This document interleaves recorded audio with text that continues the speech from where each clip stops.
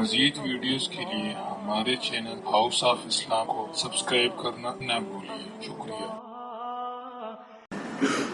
ہمارا کام کتنا آسان ہے، ایک در کو پکڑیں اور اللہ کے بن جائیں، پھر ہماری ساری ضروریات کو اللہ پورا کرے گا اور اللہ ہمیں عزتیں دے گا، اللہ ہمارے حالات سنوارے گا اور دنیا اور آخرت میں اللہ ہمیں کامیاب فرمائے گا۔ مگر اس بات کو سمجھنے کی بجائے ہم بھاگے پھرتے ہیں ادھر ادھر، ایک پریشانی ختم نہیں ہوتی دوسری اوپر سے، وہ ختم نہیں ہوتی تیسری اوپر سے، اور ہم کشتی کرتے پھر رہے ہوتے ہیں تقدیر کے ساتھ۔ بھائی کیا ضرورت ہے تقدیر کے ساتھ کشتی کرنے کی؟ جو تقدیر بنانے والا پروردگار ہے اس کے ساتھ تم اپنا معاملہ سنوار لو اور اللہ تعالی حالات کو سنوار دے گا۔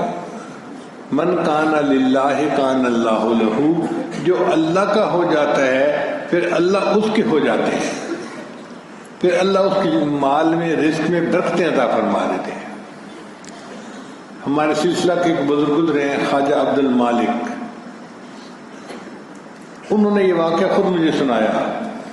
مسجد میں بیٹھے تھے، فرمان لگے کہ میں آپ کو اپنی زندگی کا ایک واقعہ خود سناتا ہوں کہ میرے گھر میں بہت غربت تھی، کچھ کھانے کو نہیں تھا، میں سارا دن ذکر اذکار میں لگا رہتا تھا تو گھر میں فاقے ہوتے تھے۔ میں نے اپنے شیخ کو بتایا کہ حضرت میرے گھر میں بہت تنگی ہے، میرے لیے دعا کر لیجیے۔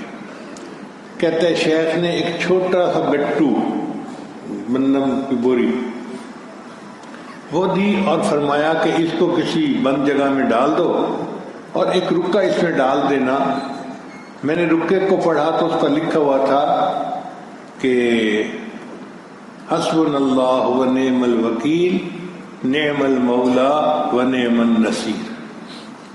تو میں نے وہ پرچی بھی اندر ڈال دی اور گندم بھی ڈال دی۔ حضرت نے فرمایا تھا جب ضرورت ہو اس میں سے گندم نکال کے استعمال کرنا۔ مجھے فرمانے لگے کہ میں اللہ کو حاضر ناظر جان کر بتا رہا ہوں اور مسجد میں بیٹھا ہوں باوضو، اس وقت 40 سال گزر گئے ہیں، میں اب تک اسی گندم کو استعمال کر رہا ہوں، اور میرے ہاں سال میں 2 مرتبہ تو اجتماع ہوتا ہے، ہزاروں لوگ ہوتے ہیں، وہیں سے کھانا بنتا ہے، اور روزانہ کے 300-400 مہمانوں کا کھانا بھی اسی گندم سے بنتا ہے۔ 40 سال سے اس گندم کو میں استعمال کر رہا ہوں۔ وہ یتولی الصالحین، اور وہ اللہ نیکوکاروں کا سرپرست ہے۔ اب آج کے دور میں روٹی کو اتنی اہمیت مل گئی ہے کہ یہ تاریخ میں پہلے کبھی اتنی نہیں تھی۔ ہر بندہ روٹی کے پیچھے، ہر آدمی روٹی کے پیچھے۔ اب وہ سمجھتے ہیں کہ جو روٹی نہیں کما سکتا وہ کسی کام کا بندہ ہی نہیں ہے۔